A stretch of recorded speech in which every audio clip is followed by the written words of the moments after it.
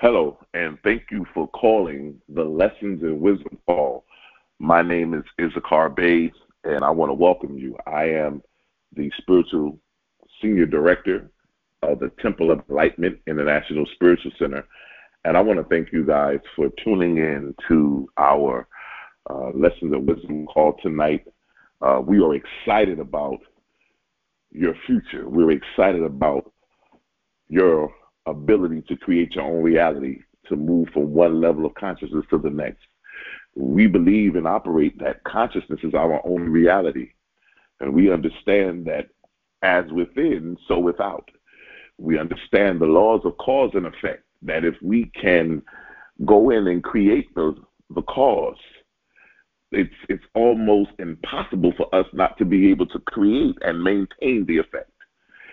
And so on these Lessons in Wisdom calls, we like to come in and get more knowledge, more wisdom, more understanding, expand our level of consciousness, allow us to use more tools, golden nuggets, and precepts and concepts that we can use and apply to our lives to take us to the next level. We're still in the month of August, and this is our month of action. I want to continue to encourage you to take action, daily action, weekly action, whatever you're doing, whatever you're working on in your life now, whatever it is that you want to manifest, that you want to bring into fruition, that we're not so much focused on the planning, on the blueprint layout or the design, but that we actually take physical action, that we take the action to lead us towards what it is that we're going after, whatever we want to manifest, that we want to bring from the intangible realm and now make it tangible. So let us continue to take our action. I want to thank all of you for being on the call tonight. I know that there's many different things we could have been doing or our time could have been spent somewhere else. But as I said before, I always believe that everything we do should be an investment. Every time we do anything, it should be classified as an investment.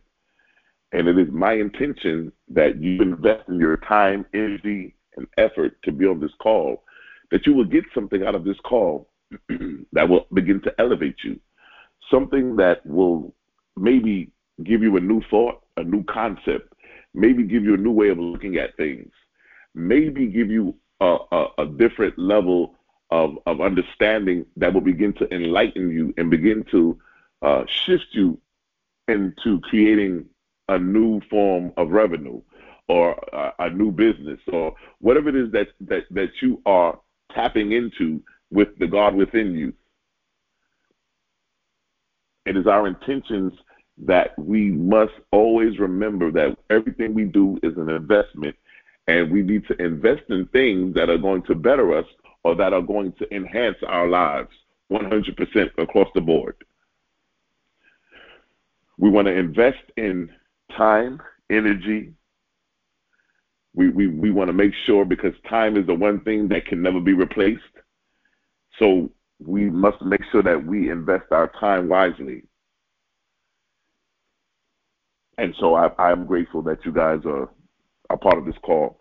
Tonight, if you have your Bibles, I want to go real quickly to Matthew 19:26. Tonight I'm going to be talking about going from ordinary to extraordinary. Yes, we're going to be talking about going from ordinary to extraordinary. I don't know about anybody else on this call, but I don't want to be ordinary. I want to be extraordinary. There's a certain level of consciousness that happens with the two. I would say that both of these are two sides of the same coin.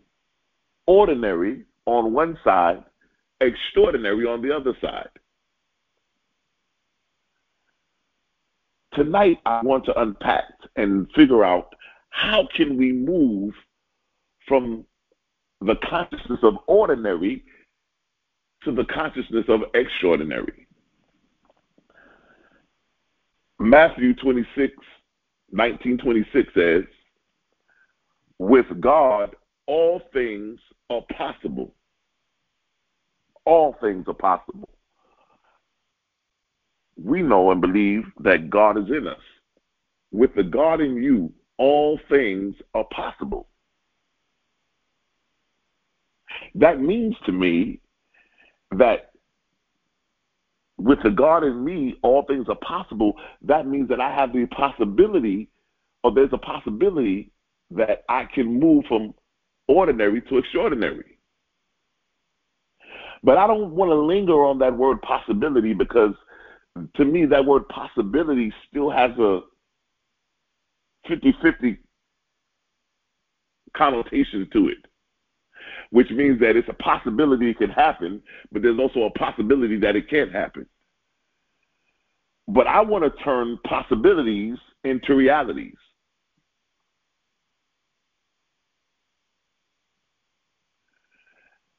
I don't want you to ever think that you can't move from ordinary to extraordinary, that it's just a possibility. It's possible, you know. Now, I want to remove that word possible and say that with all things, with God in me, all things can become my reality. All things can become my reality. Why? Because all things with the God in me can become my reality.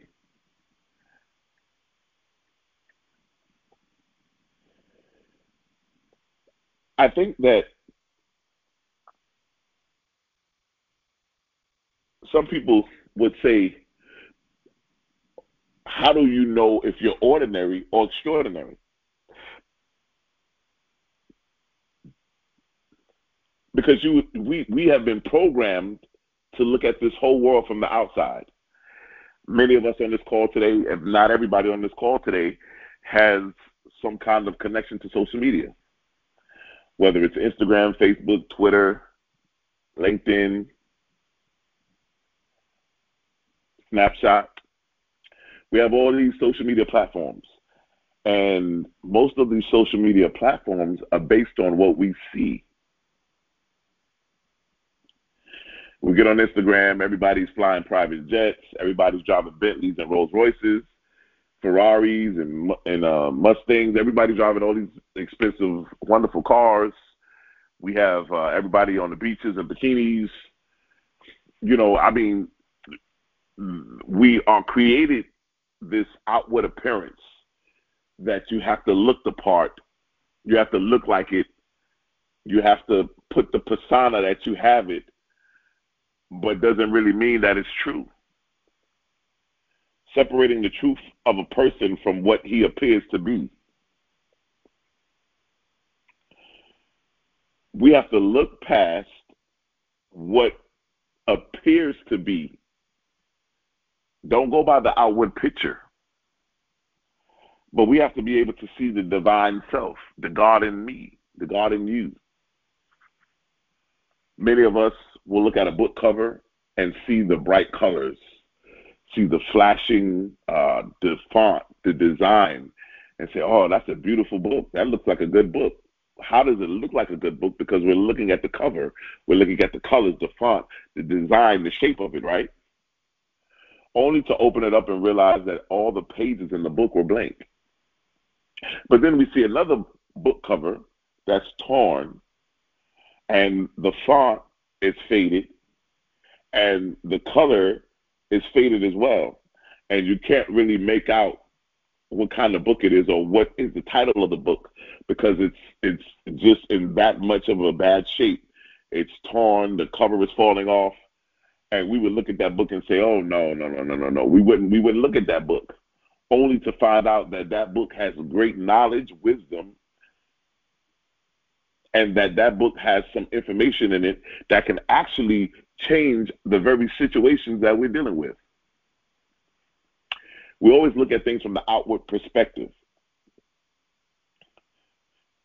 Going from ordinary to extraordinary is never going to be an outside thing. We were never going to define anybody by what the outward appearance looks like. You're not going to define anybody with the title of being extraordinary by how many cars they have, how many airplanes they have, how big is their house. Those things are not what we call extraordinary. And so we have to get out of the circumstance or get out of the perception of looking at things from the outward perspective.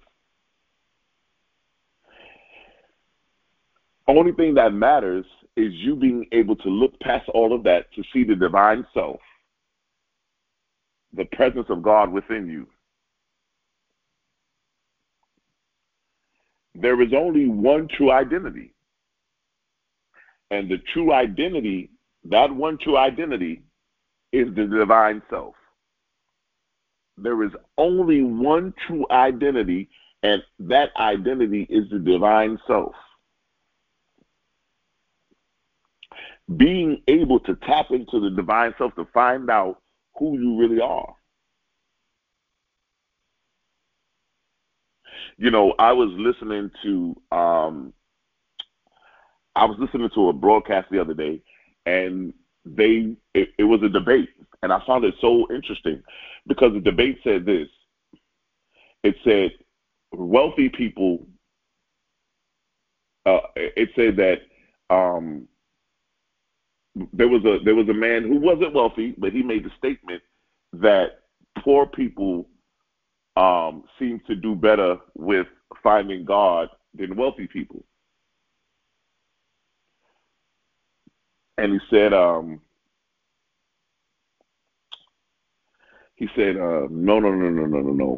One of the wealthy men got up and said, no. It's actually worse when a wealthy person finds or searches for God or searches for religion. And he said, because what happens is, what that means to us is that this person has everything. They have all the money. They have all of the accolades. They have all of the stocks. They have everything in the world they can want, but they still have nothing. They still don't know who they are. They're still lost, but yet they have all these physical things, materialistic things. And one of the people he called out was Kanye West. And they began to debate over that. I said, look at this scenario, because the concept here was the man was conferring that he felt that poor people had the ability to hold on, to use religion to propel them into being rich and successful. And then he said, but then he felt that the rich people, if they at some point, after becoming rich and accumulating all of these things, begin to find God or go after God, one of the things you have to realize is that it doesn't matter whether it was the poor person or the rich person going after God. It didn't matter what stage they had or didn't have. This is the thing. When you find God, you find yourself. And when you find yourself, you find God. So when you find people chasing religion, trying to find God, trying to find themselves, number one, you can't go outside of yourself. You got to learn how to go within. Greater is he that's in me than he that's in the world.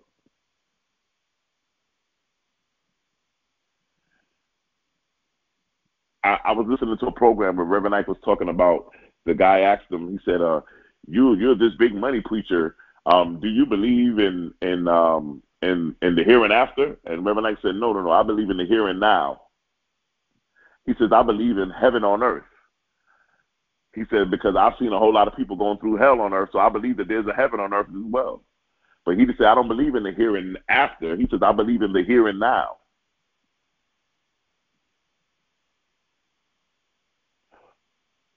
When we move into a place of self-identification, to identify and know ourselves, there's many levels to self-awareness. But when you find God, you find yourself. And when you find yourself, you find God. There's no separation. There is no God outside of you. There is no God in the sky. The only God that you are searching for is the God that's already within you. He told us the kingdom of heaven is within you. Greater is he that's in you than he that's in the world. And so when you begin to understand and look at that from its totality and look at it and begin to embrace who you really are,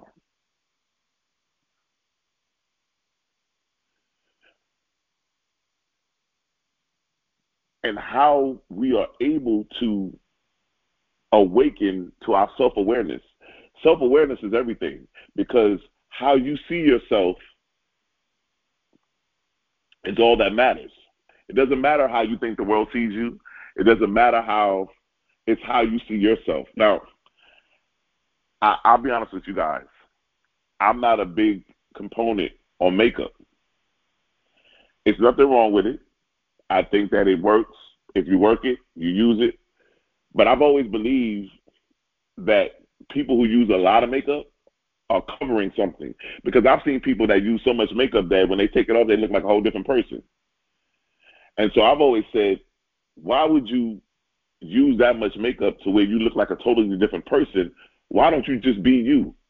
Is there something inside of you that you're not happy with how you see yourself?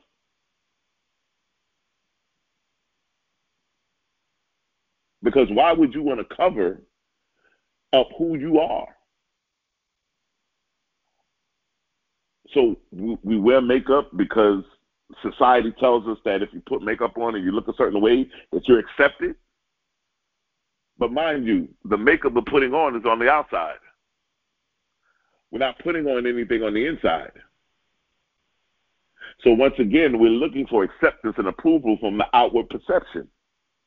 That's 100% wrong. There's nothing wrong with wearing makeup. So all the ladies and the women on this call, there's nothing wrong with wearing it. Wear it.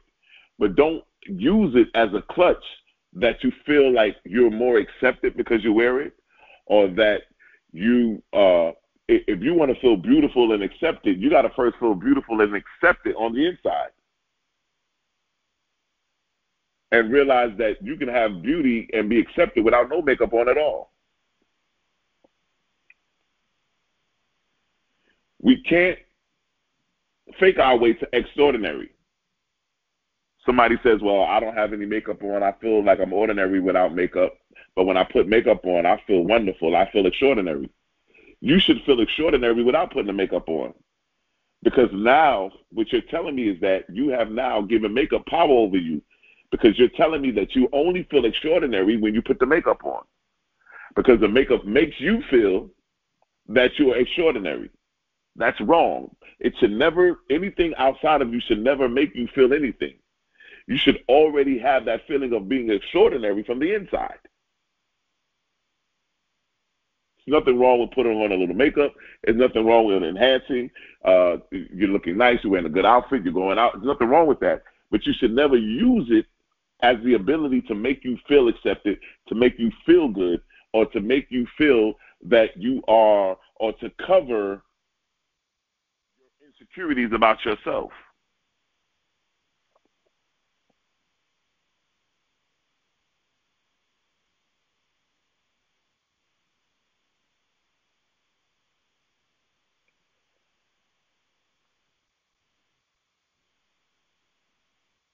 I want to, as I said before, I want to take that word possibilities out. With God, all things can become a reality. And some people may say, well, you know, I come from a broken home. I was born in a not so good neighborhood. We didn't have a lot of money. We come up with excuses, right? And there is really no excuse because we can become anything in this world. We can create, manifest, and become anything in this world that we want to become. It's only a matter of our mind. When you look at people, I've seen people so many times, as I said earlier, when we see people who are very talented and gifted, and everybody sees that gift and that talent but them, and then, I've even seen this in the music. I've seen artists who are really not that music, or I would say gifted, but they're very popular. And then you see an artist who is really gifted, who can really sing, who can really play the music instruments, and that can really go, but they're not as popular as the one who maybe doesn't have as much of the gift and the talent as the one who the other one has. But the only difference in the two is because the one who didn't have as much of the gift and the talent as the other one, he believed that he was extraordinary. So it didn't matter what gift or talent he had or didn't have, it's what he believed about himself and how he saw himself. We're not getting into comparing with everybody else, because we don't compare ourselves to anybody else, but it's all a matter of how you see yourself.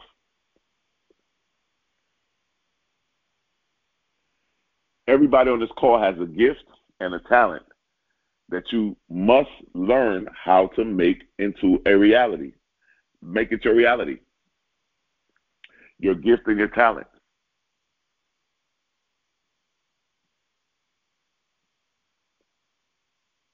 We must learn how to become the person we were born to be.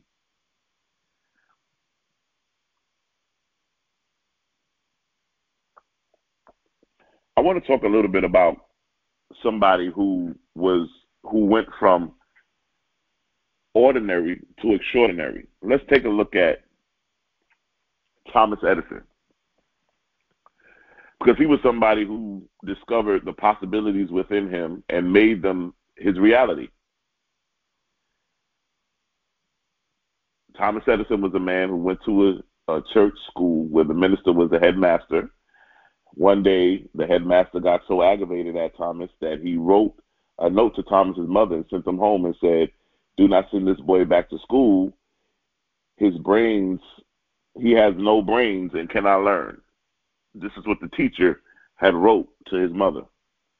From that point on, Thomas Edison's mom gave him what little formal education he got. So she began to teach him.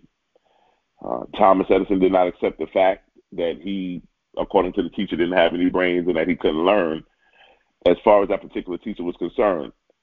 And he didn't want to hold on to the fact that the teacher thought he was a hopeless case, and he didn't believe that about himself. Remember, it always matters how you see yourself, not how somebody else sees you. Here we're looking at the situation where Thomas Edison teacher says he's a hopeless case. But it didn't matter how the teacher felt about Thomas Edison. What mattered is how Thomas Edison saw himself. He didn't have any ability. He didn't have any talent. That's what the teacher would constantly say.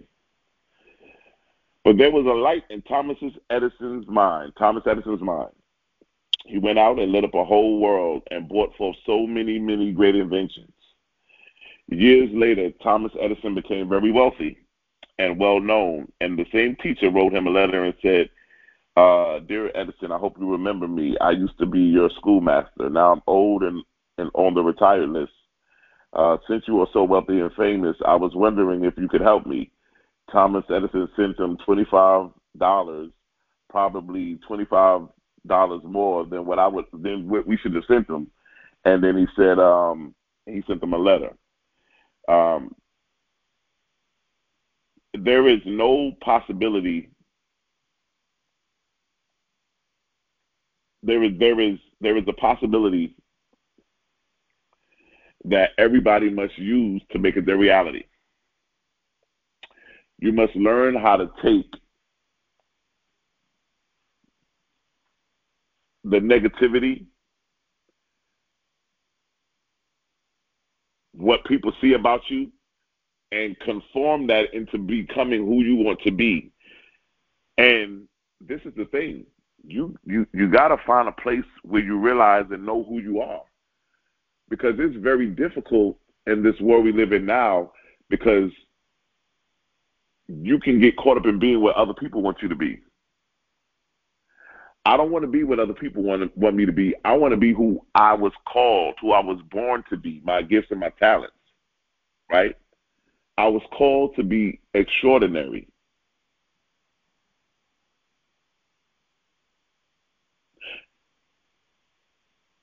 What we see here is actually a wonderful thing because it shows you the shift of consciousness that this teacher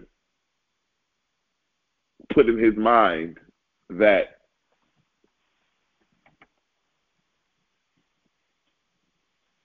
Thomas Edison was ordinary. He was a hopeless case. Now, Thomas Edison shifts his consciousness and says, I don't believe that. I believe that there's something greater. I believe that there's a better opportunity for me. I believe that that there is something in my mind that's great. There's a great concept, a great thought. And he began to utilize that and become who he became. Now, the teacher, the same teacher that thought he was a hopeless case, is now in a situation of hopelessness. Is now in a situation of limitation. And now this teacher reaches out to him many years later to ask, can you help me? It goes to show us how life unfolds. The very people who ridiculed you or who thought that you weren't anything, the very people who maybe talked about you or maybe conspired against you, are the same people that will come to you years later and ask you to help them. We have to always remember who we are and connect to our divine self. Never let ourselves get caught into the physicality of things, to get caught up in the emotionalism of things, but to stay connected to the divine source.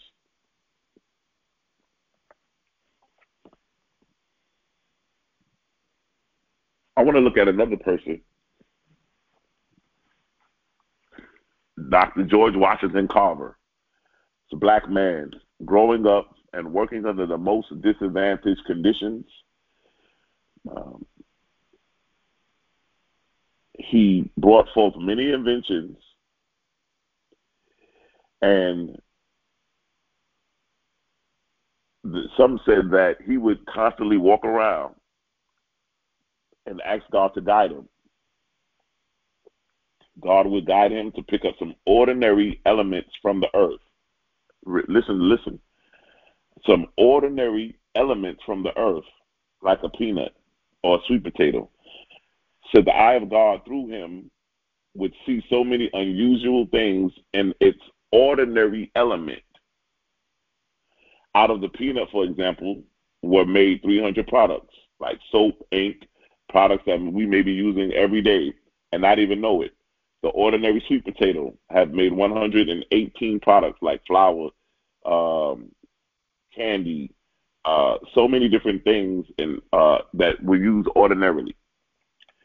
He was an ordinary man who became extraordinary, and in those days, who would have thought a black man would become extraordinary?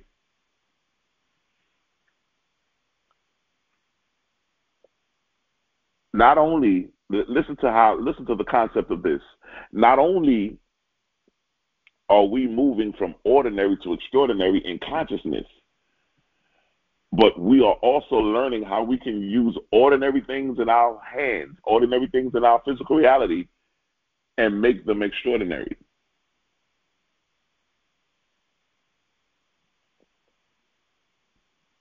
You only attract who you are. So if you want to be in the circle of extraordinary people, what has to happen now is that now we have to begin to operate at an extraordinary level of consciousness.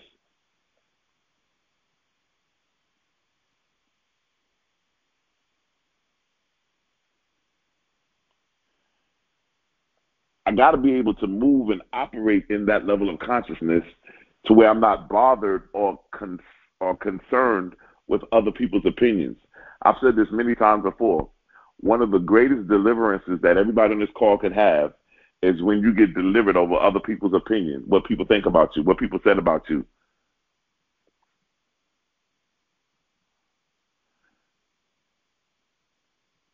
Because what has to happen is you have to come to a place where you're no longer concerned about what people think about you, but only what you think about yourself.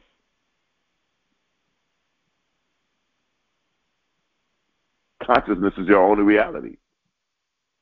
I've said this often too. Nobody can hurt your feelings without your permission. I'll say that again.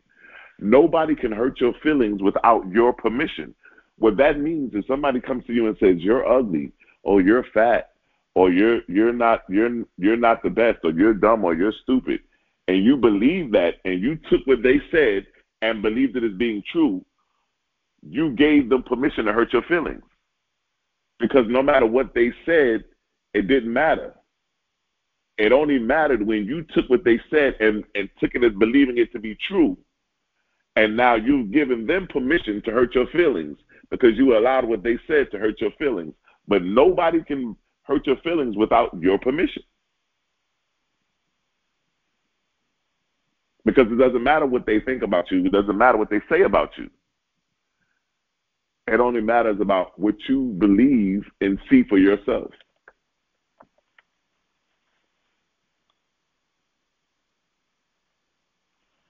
I want to look at somebody else, one more person. Let's look at Henry Ford.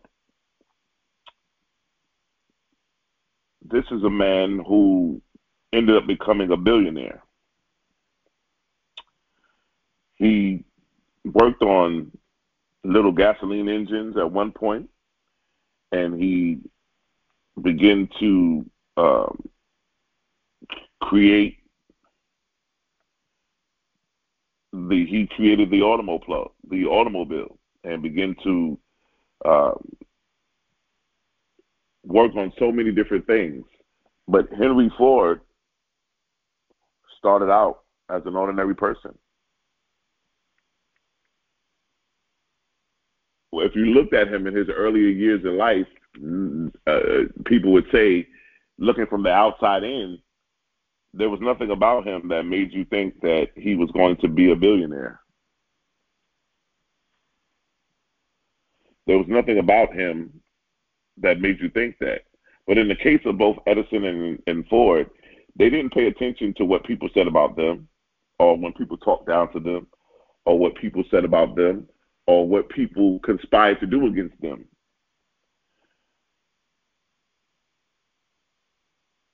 They paid attention to what they saw and believed in themselves.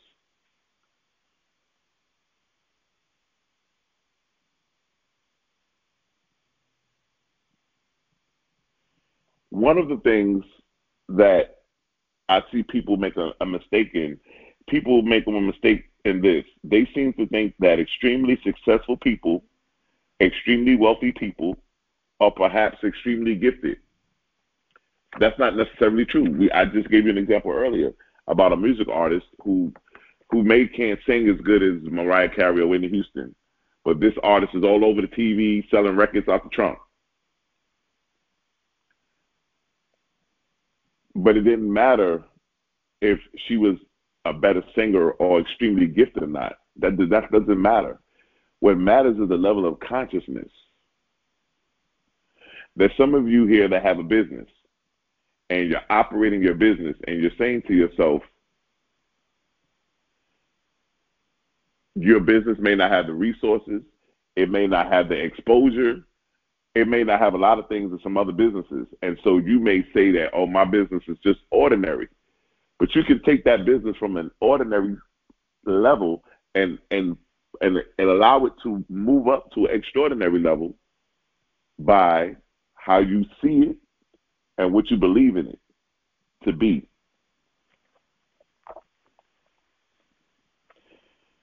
People who nobody thought had any talents or possibilities within them have made their mark in this world in positive, wonderful ways. There's many people who a lot of people thought, oh, he wasn't going to be anything, or they had wrote him off and said, oh, this person is not going to be successful, or this person doesn't have anything going for them. And then only to find out that the very person that you thought, or the very person, the people that thought you didn't have it, you were just an ordinary person, you begin to really tap into who you are. There's some of you listening to this call and you're saying, you know what, I'm in a place right now where I want to transform from ordinary to extraordinary. And I want to do that in every aspect of my life. I no longer want to be ordinary.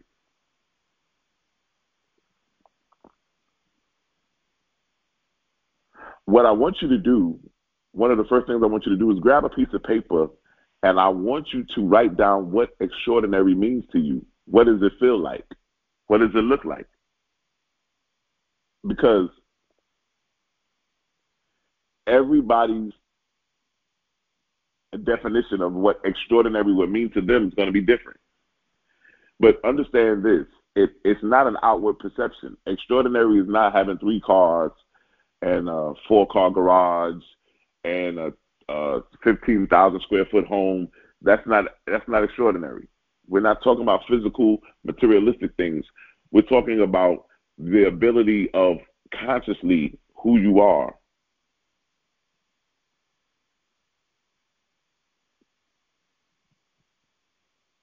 How do you see yourself?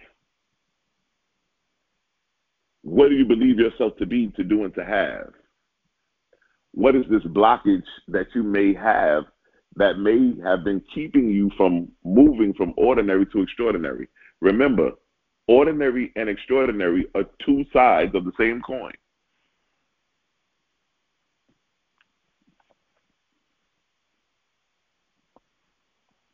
Now, we talked about a few people tonight, and those people, guess what?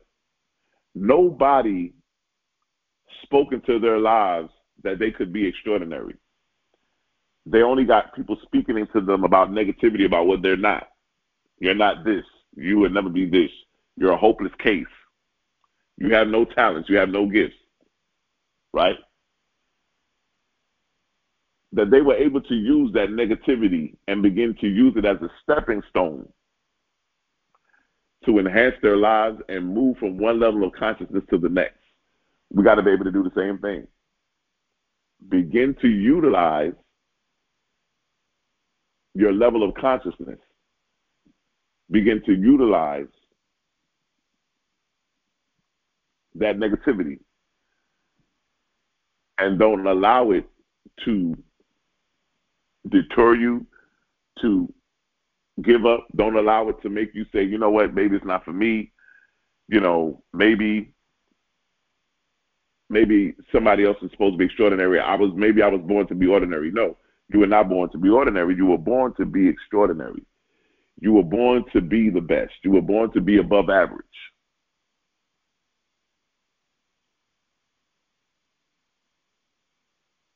So we got to be able to move into that level of consciousness of being extraordinary.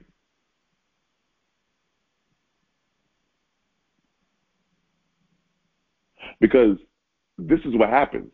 Everybody on this call, you have something that you're manifesting. You have something that you are bringing from the intangible realm and making it tangible. There's something about your lifestyle that you want to enhance. There's something about your daily lives that you want to enhance. You want to enhance your finances. We've been studying the millionaires of the Bible. We've been expanding on every level of consciousness. In order for you to expand and move into those levels and do the things that you want to do, it's impossible for you to stay ordinary. So in order for you to manifest into walk into a million, to be a millionaire is extraordinary. You can't be ordinary and be a millionaire. So anybody on this call who's already classifying that I'm a millionaire and that I'm operating in a millionaire consciousness, you have already stepped out and put your hand to the plow that you are now moving into an extraordinary person.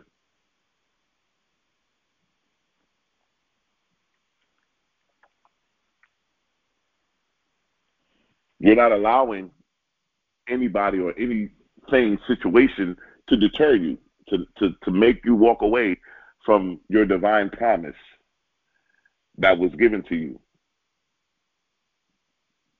As we look at it already, we're already in the 8th month of the year. This year is flying by so fast.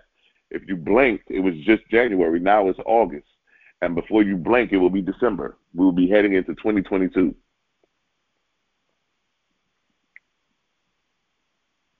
And what I mean by that is that I don't want life to happen. I want to dictate to life how I want to live.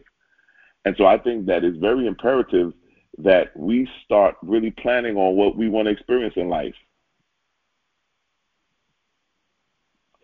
I started really changing how I operate in life. As a matter of fact, I think I'm going to teach that next Wednesday. I'm going to teach on how are we meeting life. People would say, how's life treating you? It doesn't matter how life is treating me. What matters is how am I treating life. I think we got to get out of the habit of waiting for life to happen, and we need to start making life happen. You know, we go to work, we come home, we get our paychecks, we pay our bills, we spend time with our family, and we do the same thing over and over again.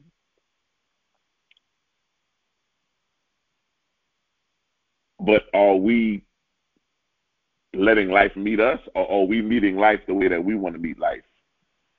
And I think that we need to move into a level of consciousness where we're starting to formulate and kind of mold life the way we want it.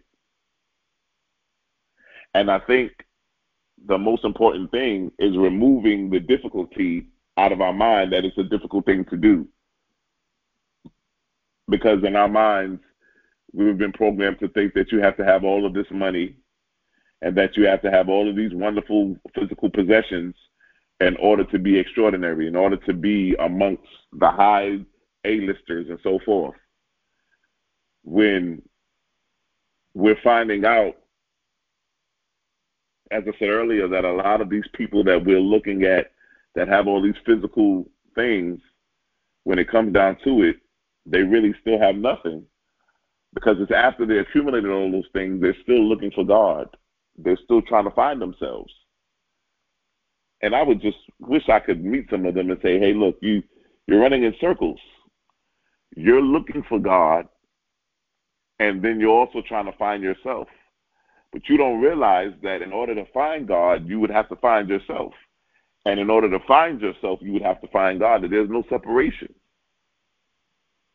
When I heard a wealthy man say that, it was really mind-boggling to me to say that wealthy people, he said that it's critical when you see a wealthy person after they accumulated so much are now at that stage in their lives looking for God and religion. He said that it means that that's a direct indication that they have nothing at all. That all the physical ramifications they have mean absolutely nothing. And it's true. That's why we tell all of you, and we constantly teach here at the Temple of Enlightenment, that everything must happen from the inside. The Bible says that which is physical, or that which is tangible, is temporary. But that which is intangible is eternal in the heavens. What I mean by that is all those physical things they have, that's temporary. You can't take that with you when you leave. It's all temporary. And guess what? They have all those physical things. They still don't have happiness. They still don't have balance. They still don't have the spirituality connection. They still don't have the self-awareness.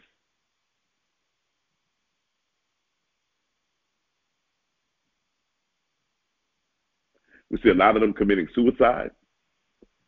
A lot of them living lives unhappily. Here we are envious of people who have all of these things when they are actually suffering and miserable. But on the outside, it's just, oh my God, this is wonderful. Look, they have yachts and boats and all of these cars, but they're miserable. They're not happy. Nobody has been able to contact them and to reach out to them and say, listen, let me show you that everything you've been looking for was already within you.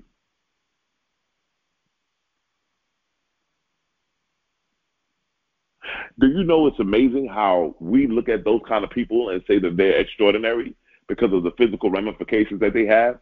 But when you talk to them, they will tell you, I'm just ordinary. I'm an ordinary person.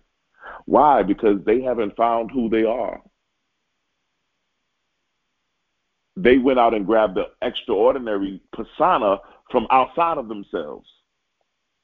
Anytime you go outside of yourself, you're giving the very thing you go outside of yourself for. You're giving it power over you. I don't want to do that. I don't want to give anything power over me. I don't want anything to have power over me. I can't allow myself to give that attachment of power. So anything that I need, I have to be able to get it from inside of myself.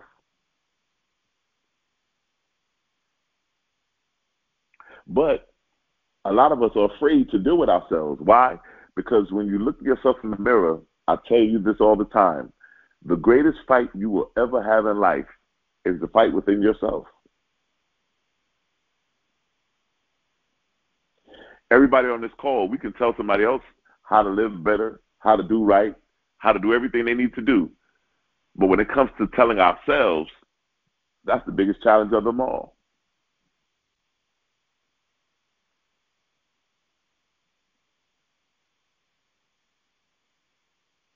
The secret is to be extraordinary from within. And then if you're extraordinary from within, operating at that level of consciousness, what happens is this. Check this out. You start creating extraordinary opportunities. You start attracting extraordinary people. You start magnetizing extraordinary lifestyles. Why? Because you already had it from within. The only thing you ever get out of life is who you are. You can only magnetize who you are.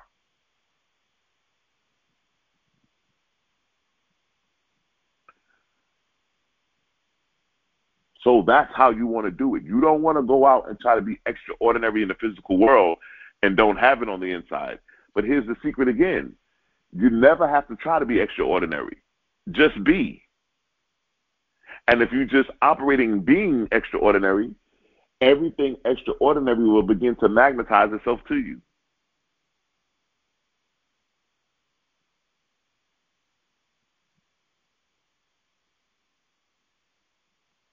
Just be. Shakespeare said it best. To be or not to be, that is the question, right? They call us human beings. But in the word beings is the word be, which means to be, not to try, but to be. We're going to learn in the coming weeks in the Millionaire Series. We're in the Millionaire Series Nazareth. Jesus never tried anything. He just became. He just operating in the level of being. You know, when people tell me, "Oh, I'm going to try this or I'm going to try that," what does that mean? Either you're going to do it or you're not going to do it. So either I'm going to move from being ordinary to extraordinary. I can't try to be extraordinary. Either I'm going to be extraordinary or not. I can't try to be successful. I'm either going to be successful or I'm not going to be successful.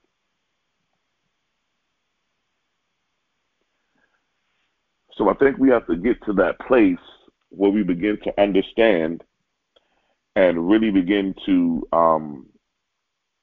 really move in that level of consciousness.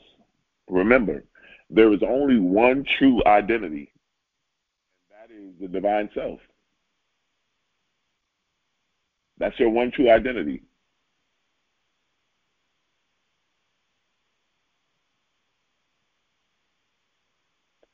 You know, one of the quotes that Henry Ford says, and I love this quote, you know, here's a man who people looked at growing up that he was ordinary, he didn't have any gifts and talents, became one of the richest men in the world, right? He says this: thinking is the hardest work there is, which is the probable reason why so many few engage in it. Did you hear that? Thinking is the hardest work there is. Just thinking. Thinking is the hardest work there is, which is why the probable reason why so many few engage in it. Here he is talking about operating from within. The hardest thing to do is to think from within, to think it, to begin to construct the thought, to operate the thought, to bring that thought from the in, just to think about it. Many few don't want to think about it because the thinking part is where the work is. He didn't say the work was the physical ramifications of bringing it into fruition. He said the hardest part is thinking it.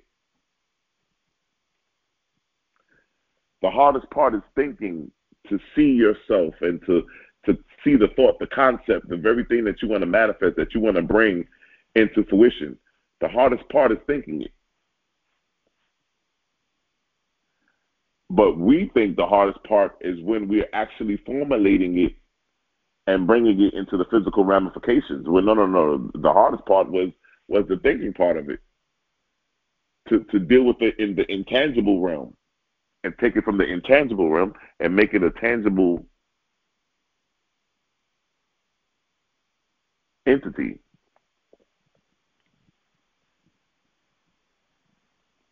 I want to affirm these affirmations. It says here and right now, I open my mind to all great possibilities within me. Through the presence of God in me, all things are possible. The mind of God in me gives me great ideas which prosper me and make me successful. The mind of God in me is always giving me new and better ideas for making money. I see myself with an abundance of money in my hands, in my wallet, and in my bank accounts. Through the presence of God in me, I know it is possible to enjoy all riches of life: health, happiness, love, success, prosperity, and money. Thank you, God in me. Now, I love this. One of the best parts of this affirmation, of course, is the next to last sentence that says, through the presence of God in me, I know it is possible to enjoy all the riches of life. Now, the first one is health. I think that this is phenomenal because we just talked about this on Sunday. I also want to encourage everybody to continue to build their immune system. Continue to work on building your immune system, whether you're vaccinated or not. Let us continue to constantly build our immune system and be in that great health consciousness. Because without health, we have nothing else. Health is wealth. So before we can manifest, before we can be extraordinary, before we can be wonderful and great, we need to first be healthy. So we got to make sure that our health consciousness has been elevated. We want to make sure that we have our happiness, that you have your love, success, and prosperity and money. But guess what? All of those things that I just called out are not things that we're going to reach outside of ourselves to get, but that we're going to reach within. You're going to reach within to get happiness. You're going to reach within to get love. You're going to reach within to get success. Why? Each one of these things are consciousness. Consciousness is everything. Once you are able to tap into the love, the consciousness of health, the consciousness of happiness, the consciousness of love, the consciousness of success, the consciousness of prosperity, and the consciousness of money, you'll be amazed at how things begin to really transform and operate.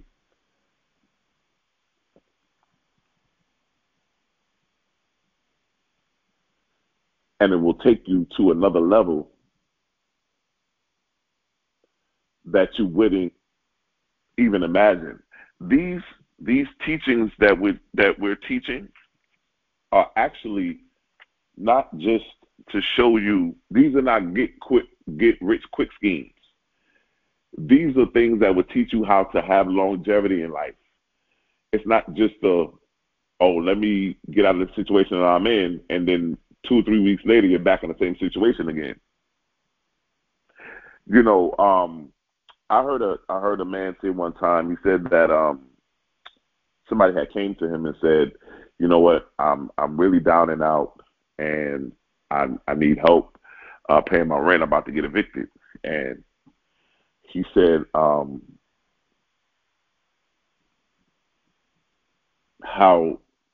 He said, "So how do you need me to help you?" He says, "What I need you to help me is to give me the money so that I can pay the rent so that I don't get evicted." So he says to him, he says, "Well, if I give you the money right now and they don't evict you, what's going to happen next month?" And the guy says, I don't know." And so he never gave the guy the money because he says, if you don't have the consciousness to maintain what you have or to maintain it, if I give you this money now, you'll be calling me again next month asking for more money again.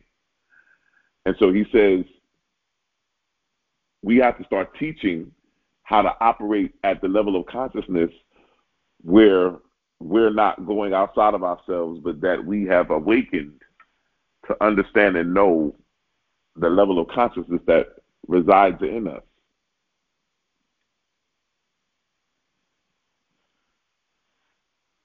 The same level of consciousness it took you to get. So, for instance, many of you have been on this Millionaire of the Bible series journey with us. We just came out of the book of Joshua, right? The same level of consciousness it took for Joshua and his crew to get to the promised land is the same level of consciousness it's going to take for them to maintain it. So that's why everything needs to happen on the spiritual level. It's one thing for somebody to go out and get them a 2022 Mercedes-Benz, but they don't have the consciousness to maintain it. They're going to lose it. But when you allow yourself to operate from the spiritual connotation from within, it changes the dynamic because you have the consciousness to maintain the very things that you are now magnetizing to yourself. You didn't reach outside of yourself to get something. You got it from within. I want to now move into our level of circulation, our moment of circulation. Those of you, we are working with the mind over matter, the mastermind seed, which is going to be $11.11. The number 11 is a master number. Some of you have been telling me you've been seeing the numbers 1111. The number 1111 is really a number of foundation, structure, prioritizing. The 1111, which gives you the number 4, gives you the number of prioritizing, structure, but it also is a number of work, organization. Right? When I see the number 1111, this is what the seed does. Those of you tonight that have been sowing and will continue to sow the 1111 seed, what it does is it brings structure and organization into your life. It moves you out of the ability to have the clutter. And a lot of us have clutter in our lives. And what I mean by that is because our minds are cluttered. That 1111 seed will bring structure and organization to your thoughts, so that you no longer are operating in an ordinary consciousness, but that you're moving into an extraordinary consciousness, extraordinary consciousness. And as we move into that, we are now moving into a place where we're starting to move and operate in our intuition, that divine self. We'll start to operate and really move into moving into that level. I also believe that the 1111 seed is also a seed that will begin to open up an avenue that will bring 4 streams of income to you. So this seed is a very powerful seed, and it's also a seed that shows us how to have power over our bodies, mind over matter, how to become a mastermind. Those of you who want to sow that seed on tonight, you can sow it. Our Cash App is TOESC. That's the Temple of Enlightenment Spiritual Center. And then we also have our PayPal, which is going to be Issachar Bey, ISSACHARBEY @gmail.com. And then we also have Zelle, which is also going to be Issachar Bey, which is going to be ISSACHARBEY @gmail.com. And then we have Venmo, which is going to be the @ Issachar, ISSACHAR-Bey, BEY. And so those are the 4 ways that you guys can sow your mastermind seed. $11.11. It is the seed of organization, structure. It is the seed of multiple streams of income. It is also the seed that shows us how to have mind over matter. In order for us to be masters of our lives, we have to be masterminds, because your life is always conceptually connected to your mind. When we talked about earlier tonight, those millionaires who are still trying to find themselves, they don't realize the concept of life and who they are. But once they come into concept and realize that, wait a minute, all this time I've been trying to find myself and didn't know. I've been looking everywhere. I've been looking outside of myself. I've been going to this country and talking to this person and going to see this person and that person and not realizing who I really was. So I think that it's imperative that we stay connected to our divine self, and that we stay connected to moving in a thought process and a level of consciousness of wellness and well-being. And so I'm excited about us as we continue to take action on this month of August that we're still in, that we continue to operate and take actions on everything that we're doing. I also want to invite all of you, if you can, invite 1 or 2 people to get on the call this Sunday. We're going to be moving into chapter 3, I believe, of the Millionaire series.